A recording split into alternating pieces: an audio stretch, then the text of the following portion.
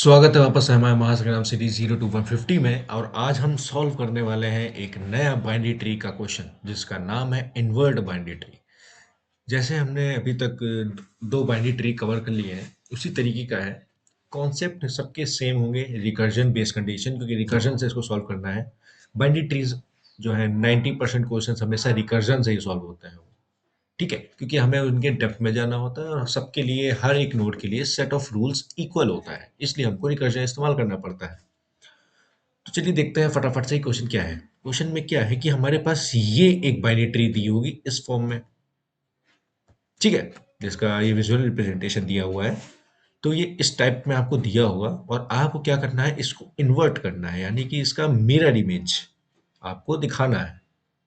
ठीक है, देखिए जैसे यहाँ पर 4 के लेफ्ट में 2 था, लेकिन यहाँ पे 4 के लेफ्ट में राइट में 2 आ चुका है। और 2 के नीचे जो नोड थे 1 3, ये भी इंटरचेंज हो चुके हैं आपस में। ठीक है, तो हमें सबके लिए, इसका मतलब कि सबके लिए जो सेट ऑफ रूल होगा वो हम सेम ही रखेंगे जब हम लॉजिक लिख रहे होंगे इसमें। सेम यहाँ देख लीजिए, यहाँ पर भी वही है, 2 है नॉर्मल, और इसकी मिरर इमेज नीचे नीचे वाली चेंज हो गई है। इससे हमें क्या दिख रहा है कि अगर कोई एक नोड है, ठीक है, पेरेंट नोड मान लीजिए, ये मेन रूट है और इसके जो दो चाइल्ड हैं, और अगर इस रूट के ऊपर कोई नोड नहीं है, तो मतलब कि ये चीज इंटरचेंज नहीं होगा। ठीक है, क्योंकि ये सुपीरियर नोड है, यानी कि इन दोनों का जो पेरेंट नोड है वो ये है। पेरेंट नोड कभी चेंज नहीं होता, सिर्फ उसके जो चाइल्ड होते हैं वो इंटरचेंज होते हैं। और अगर इसके ऊपर कोई, इसका कोई पेरेंट होता, तो फिर इस टू को भी इंटरचेंज करना पड़ता। ठीक, ओके। तो टू यहाँ पर सबसे सुपीरियर है, जो पेरेंट है, तो इसलिए ये इंटरचेंज नहीं, इसके चाइल्ड इंटरचेंज होंगे। Okay, okay. अब यही चीज अंडरस्टैंडिंग लेके अब हम क्वेश्चन को सॉल्व करेंगे। और एक ये बेसिक चीज, अगर रूट के अंदर कुछ नहीं है तो ऑब्वियसली आउटपुट क्या आएगा, कुछ नहीं आएगा। ठीक है, तो चलिए फटाफट से देखते हैं। और मेरी फिर से यही कोशिश रहेगी कि मैं ऐसे एक्सप्लेन करूं कि आपको दोबारा दूसरी वीडियो देखने की जरूरत ना पड़े। I will try my best. Okay, बढ़ते हैं अपने एक्सप्लेनेशन की तरफ। तो हम आ चुके हैं अपने एक्सप्लेनेशन की तरफ, तो जल्दी से फटाफट से देखते हैं और सारा का सारा डाउट क्लियर एक बार में क्लियर करते हैं। तो मान लीजिए हमारे पास एक ये नोड होता, ठीक है, और ये है इसका आउटपुट। मैं इसको बना देता हूँ, ये इंटरचेंज होने के बाद आया है, ठीक। तो ये है हमारा नोड। अब कैसे हमारा आउटपुट सिर्फ वही आया, कैसे हमारा आया, तो चलिए देखते हैं। तो सबसे पहले इसके हम देखते हैं लेफ्ट में, ठीक। इसके लेफ्ट में क्या है, नल है, ओके। और इसके राइट में क्या है, नल है, ये हमें दिख रहा है। तो इसका हम ये बेसिक सा एक चीज, हम ये यहां से हमें दिख रहा है कि अगर किसी भी नोड के जो चाइल्ड हैं, दोनों चाइल्ड, लेफ्ट हो चाहे वो राइट हो, अगर दोनों के दोनों नल है, तो उसका जो आउटपुट होगा वो वही, उसका जो रूट है वो होगा। अब ये जो नल, जो एक तरीके से मान लीजिए मान लीजिए नल है एक छोटे से, ये क्या है, नोड है इसके, मान लेते हैं एक तरीके से। तो इसका जो पेरेंट नोड है वो क्या है, 1, ये इंटरचेंज नहीं हुआ।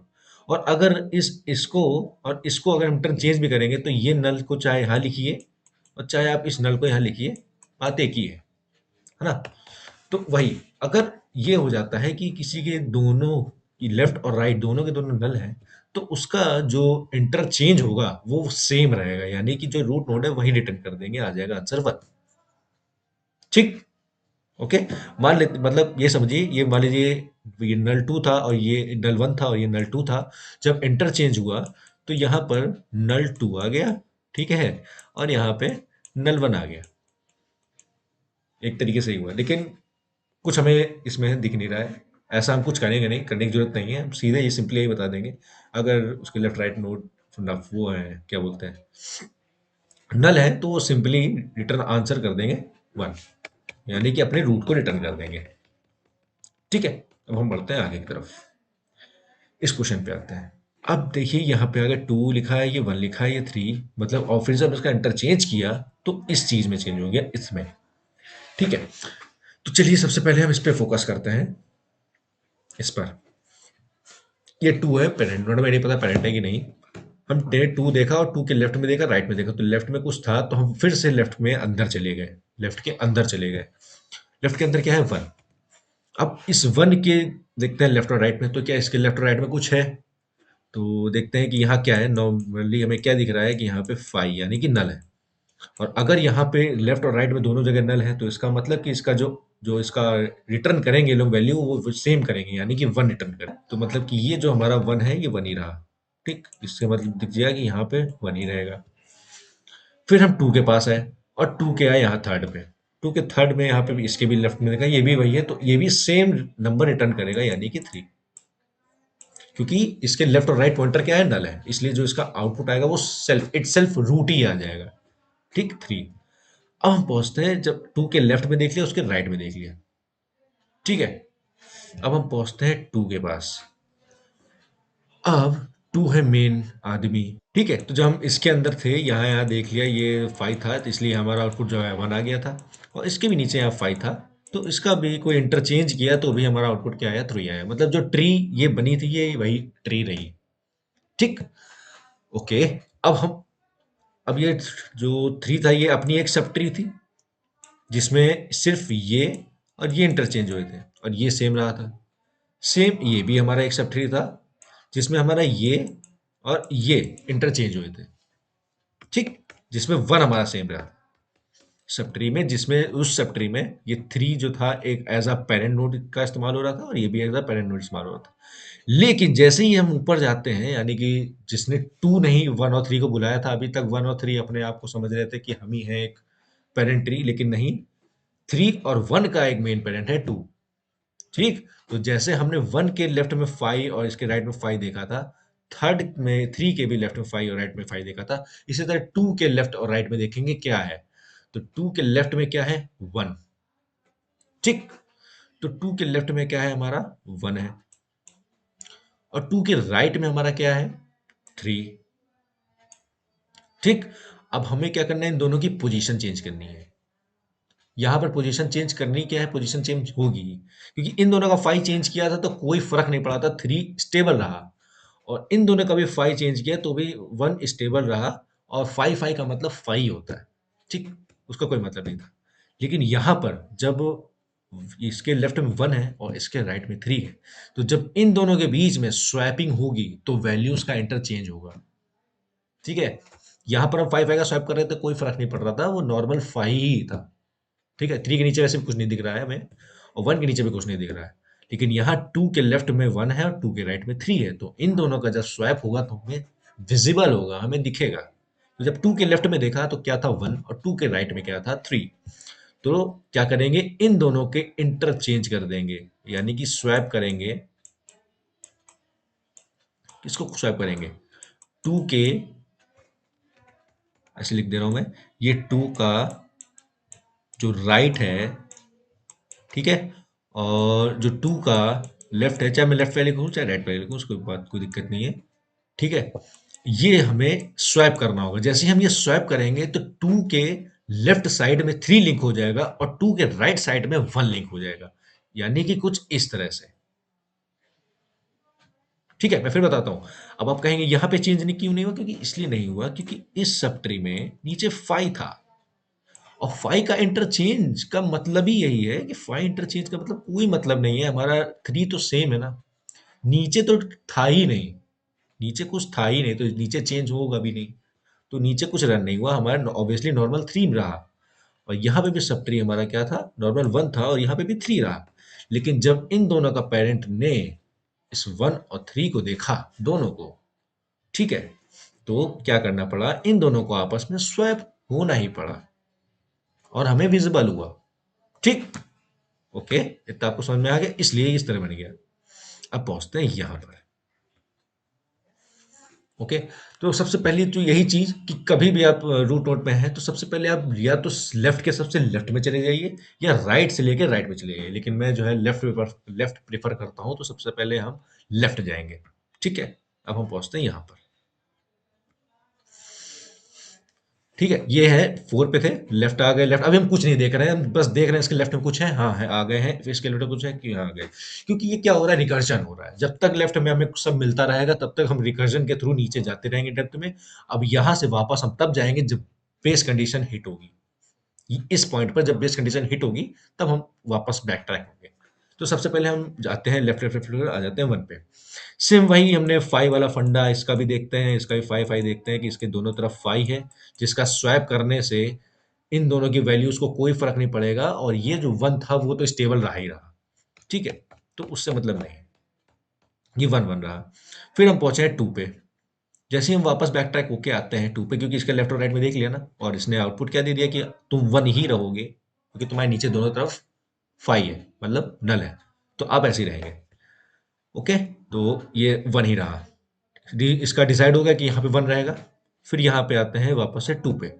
जैसे 2 पे आते हैं, 2 के राइट में देखते हैं कुछ है, 2 के राइट में आते हैं, 2 के राइट में देखते हैं 3। अब इसके भी देखते हैं, तुम्हारे लेफ्ट में 5 है, राइट में भी 5 है, मतलब कि तुम ओरिजिनल तुम्हारी वैल्यू क्या रहेगी, 3 रहेगी, तुम 3 ही रहोगे।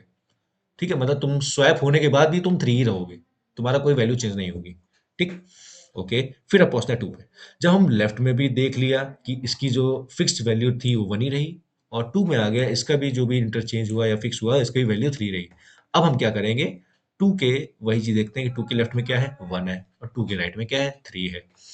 ये 1 है, ये 3 है। अब इनके आपस में क्या होगा, स्वैपिंग होगी। जब इनके आपस में स्वैपिंग होगी तो ये हमारा कुछ इस तरह बन जाएगा, 2 के लेफ्ट में आ जाएगा 3, ठीक, और 2 के राइट में आ जाएगा। ठीक, अब इतना ध्यान रखिएगा, अभी इतना हुआ है। ठीक है, ओके। अब हम जाते हैं 4 के पास। अब 4 अभी तभी तक कहाँ पे थे, लेफ्ट की तरफ थे। अब 4 की भी तो हर के लिए सबको बराबर का हक मिला है। तो जैसे 2 के पास हक था कि वो भी लेफ्ट और राइट को देखे और अपना डिसीजन ले, अपना ट्री बनाए। इसी तरह 4 के पास भी हक है कि वो लेफ्ट देखे, फिर राइट देखे, उसके बाद अपना ट्री बनाए। तो 4th ने अभी तो लेफ्ट ही देखा ना भाई, 4th ने अभी लेफ्ट ही देखा। 2 के अंदर कुछ भी हो रहा है, लेकिन जो 2 है वो 4th के तो लेफ्ट ही में है। तो अभी 4th का लेफ्ट वाला काम हुआ है। अब 4th के राइट वाले में काम करेंगे। तो जैसे ही हम 4 के राइट में पहुंचते हैं 7 पे, तो 7 के पास भी एबिलिटी है ना कि लेफ्ट भी जाऊंगा और राइट भी जाऊंगा, और प्रायोरिटी क्या है, लेफ्ट की। तो 7 फिर से आ जाता है यहाँ पर 6 के पास, अपने लेफ्ट में आ जाता है। फिर देखते हैं, वो भी वही देखता है इसके लेफ्ट में क्या है, 5 5 5 खाली खाली। तो तुम्हारी जो ओरिजिनल वैल्यू है, मतलब जो ओरिजिनल, जो क्या बोलते हैं, इन्वर्जन, जो इन्वर्ट हो रही है ट्री, उसके बाद भी तुम्हारी जो स्ट्रक्चर है वो तुम अकेले ही रहोगे, 6। ठीक है, ये इसकी फिक्स हो गई 6। फिर 7 का लेफ्ट हो गया, अब 7 का राइट जाएंगे और 9 पे जाएंगे, और 9 भी क्या कहता है कि 9 के अंदर 5 5 देखते हैं, तो ये भी देखता है हाँ ठीक है तुम भी फिक्स रहोगे। जब ये कंफर्म हो जाता है कि 9 की वैल्यू फिक्स रहेगी, 6 की वैल्यू यही रहेगी, उसके बाद ये 6 थी और ये 9 था। अब इन दोनों के बीच में क्या होगा, स्वैपिंग। जैसे यहाँ स्वैपिंग हुई तो क्या हुआ, हमारा ये 7 तो 7 ही रहा, और इसके लेफ्ट में आ गया 9, ठीक, और इसके यहाँ राइट में आ गया 6। अब ये जो लिंक हो रही है, ये जो चेंज हो रहे हैं, इंटरचेंज, ये क्या हो रहा है, वैल्यू इंटरचेंज नहीं हो रही है, पॉइंटर्स इंटरचेंज हो रहे हैं। मान लीजिए कि इसका कोई एड्रेस पी नाम से होल्ड करके रखा है कोई वैल्यू, और इसकी कोई जो इसको जो पॉइंट कर रहा है वो क्यू है। ठीक है, इसका मतलब कि इस नोड का एड्रेस क्यू के पास है, और हम चाहते हैं क्यू 7 के लेफ्ट में आ जाए। तो 7 के लेफ्ट में क्यू को रख देते हैं, जिससे कि 7 जो है वो लेफ्ट में 9 को पॉइंट करने लगता है, और पी को राइट में रख देते हैं, जिसके पी जो है राइट के 6 में पॉइंट करने लगता है। ठीक, ये तो इंटरनल बात है, आप समझ रहे होंगे। मतलब जो जो स्वैपिंग हो रही है, इससे हमें पता चल रहा है वो पॉइंटर्स में हो रही है। ठीक, वैल्यूज इंटरचेंज नहीं हो रही है कि हमने वैल्यू 7 को कॉपी पेस्ट कर दिया, स्वैप कर दिया, नहीं ऐसा नहीं है। हम पॉइंटर्स इंटरचेंज कर रहे हैं, जिससे कि जो लिंकेज है, लिंकेज का जो वो है लेफ्ट राइट डायरेक्शन, वो चेंज हो जाए। टिक, आ गए। तो अभी हमें दिख रहा है, अभी हमने इसको इंटरचेंज किया है, ये एरिया को इंटरचेंज किया है, मतलब इन दोनों में अभी काम हुआ है, जिसमें अभी अपने आप को पेरेंट ये और ये समझ रहे हैं। ठीक, इसलिए 2 और 7 की पोजीशन चेंज नहीं हुई। अब ये जैसे ही बैक ट्रैक हो, जैसे 7 का काम हो जाता है, तो फिर बैक ट्रैक होके आते हैं यहाँ पे, फिर 4 के पास पहुंचता है। अब 4 क्या है, इस 2 और इस 7, ये 2 और ये 7 का क्या है, पेरेंट है, तो उसका हक है तुम दोनों को चेंज करने का। तो यहाँ पर क्या था, 2 है। ठीक, तो 2 देख, 4 यहाँ क्या दिखता है, 2, ये अपने मालिक को 2 ही तो बताएगा, है ना, क्योंकि ये चेंज, ये चीज चेंज नहीं हुई है, तो इसने 2 ही बता रखा होगा। और इसके राइट में क्या है, 7, तो 7 ही बता रखा होगा, 7 ही सेव है। और लास्ट में यहाँ पे क्या होगी, स्वैपिंग होगी। अब जब इन दोनों में स्वैपिंग होगी, तो ये जो 7 है ये उठ के आ जाएगा लेफ्ट में। ठीक, ये और इसमें स्वैपिंग होगी ना, तो ये जो 7 है वो यहाँ आ जाएगा, और जो ये 2 है वो यहाँ पे आ जाएगा। जो इस तरह से हमारा स्ट्रक्चर कुछ इस तरह से शो होने लगेगा। ठीक है, ये है, मैंने कोशिश की है बताने की, थोड़ा इसी तरीके बिहेवियर काम कर रहा है। ठीक है, और इस उसके बाद अगर कोई डाउट होता है, ठीक है, उसके बाद भी कोई डाउट होता है तो कमेंट बता सकते हैं, नहीं तो आप ये इस वीडियो को एक बार दोबारा से रिपीट करके एक बार देख सकते हैं, अगर कहीं पे प्रॉब्लम आई हो तो। ओके, अगर जिनको इनको आ गई है तो हम बढ़ते हैं अपने कोड की तरफ। जो जो हम ये काम कर रहे हैं वो वही है कोड। ठीक है, 3 लाइन का कोड है, जल्दी से देख लेते हैं। हमारा कोड जिसमें हमने सबसे बेस कंडीशन ले रखी है, जब भी रूट क्या एक पॉइंटर है, ठीक है, तो रूट क्या एक पॉइंटर है, तो जब भी कोई जो पॉइंटर है यानी कि रूट, है ना, जैसे ये रूट का लेफ्ट है जो बार बार इसके अंदर जाएगा, है ना, तो रूट की वैल्यू क्या हो जाएगी, रूट की लेफ्ट हो जाएगी ना, रूट लेफ्ट हो जाएगी, और रूट की राइट होगी कई बार। तो वही चीज कि जब भी रूट का लेफ्ट या रूट का राइट ये नल होगा, तो वो इटसेल्फ रूट रिटर्न कर देगा जो उसका रूट होगा। ठीक है, वही चीज है।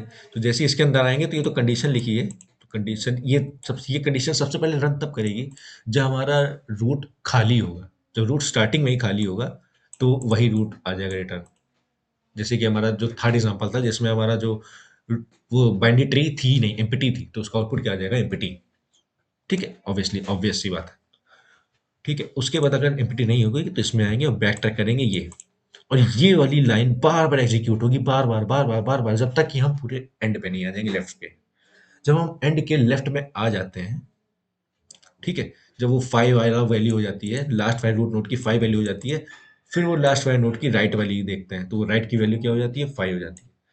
ठीक, जब वो राइट के दोनों की 5 हो जाती है, फिर वो जो 5 वाली वैल्यूज हैं उन दोनों को क्या किया हम लोग ने, स्वैप किया। स्वैप करने के बाद फिर हम क्या करते हैं, रूट को रिटर्न करते हैं, यानी कि वो जो सब ट्री है वापस से बनाते हैं उसी को ही। तो वापस से सब ट्री क्या होती है, सेम, कुछ चेंज ही नहीं होता है, लास्ट जो नोड लीफ नोड है वो चेंज ही होती नहीं है, तो वो एज इट इज रह जाती है। ठीक, जब वो एज इट इज रह जाती है फिर वो ऊपर जाता है, क्योंकि अभी क्या है, हम इसको बार बार कर रहे थे ना, बार बार यही एग्जीक्यूट हो रहा था, यही वाला। तो जैसे ही वो लेफ्ट वाला लीफ नोड ऊपर जाता है, ठीक है, अपने लीफ वाला, जो लीफ वाला नोड है उसका एक पेरेंट है, सब पेरेंट, तो उसका जो पेरेंट है उस पेरेंट के राइट में कुछ है ना, उसके बाद ये राइट आता है। फिर हम राइट में कूद के फिर अंदर आ जाते हैं, फिर जैसे ही राइट में कूद के आते हैं, फिर से यही चीज काम करती है, वो राइट दूसरी लीफ नोड मिल जाती है, वो दूसरी लीफ नोड का क्या, फाइव देखते हैं। ठीक, यहाँ पे फाइव दिखती है, वही चीज रिटर्न हो जाता है ट्रू, फिर यहाँ पे फाइव मिलता है उसको रिटर्न कर देता है रूट। ठीक है, वही वैल्यू और वापस से स्वैप करते हैं तो हमारी जो वैल्यू मिलती है वो एकदम ऑब्वियसली एकदम सेम मिलती है। ठीक, और फिर से वही रिटर्न हो जाता है रूट। रूट जो मतलब वही जो स्लिप नोड है वही, और वही चीज जब आप देखते हैं यही काम करता रहता है। फिर जैसे हम ऊपर जाते हैं, जब लीफ नोड हो जाता है ऊपर जाते हैं, फिर वो अपने लेफ्ट में जाता, अपने क्या करता है, ये तो हो ही चुका था, ये हो ही चुका था जिसमें हम लेफ्ट वाले सब ट्री में गए, लेफ्ट वाले लीफ नोड में गए थे। ये भी हो चुका था जिससे हम राइट वाले लीफ नोड में गए थे। और लास्ट में काम बस क्या बचता है, उन दोनों पॉइंटर्स को स्वैप कर देना, और लास्ट में हम दोनों लीफ नोड को स्वैप कर देते हैं, और ये रन हो जाता है, और फिर एक सब ट्री वापस से रिटर्न हो जाती है जो हम नीचे बना रहे थे। इसी तरह वो उसके लिए होता है और राइट के लिए, और फिर ये ऐसे-ऐसे छोटे से होते होते सब प्रॉब्लम से लेफ्ट भी हो जाता है, फिर राइट से जाके हो जाता है, फिर वापस ऊपर जाके जो फाइनल रूट होता है वो हम रिटर्न करते हैं इसी रिकर्जन के थ्रू, और हमारी लास्ट में इन्वर्ट ट्री मिल जाती है। बस इतना ही था। लेकिन उसके बाद भी अगर आपको इस कोड को और अच्छे से ड्राई रन से समझना है, जैसा मैं एक्सप्लेन कर रहा हूँ कोड को, तो आप फिर भी नहीं समझ पा रहे हैं, तो अब मुझे फिर से कमेंट में लिख सकते हैं, मैं इसका एक separate dry run with visualisation बना दूंगा आपके लिए। सिर्फ बस आपको उसके लिए लिखना होगा, ठीक है, इस कोड का ड्राई रन वो भी विद विजुअलाइजेशन, वो मैं आपको दिखा दूंगा। अगर आपको समझ में आ जाता है तो वेल एंड गुड, आप आगे प्रोसीड कर सकते हैं इसी टाइप के क्वेश्चन के लिए। ओके, तो आज के लिए इतना ही। तब तक के लिए आपसे विदा लेते हैं और अगले क्वेश्चन में आपसे वापस से मिलते हैं। तब तक के लिए जय श्री कृष्णा।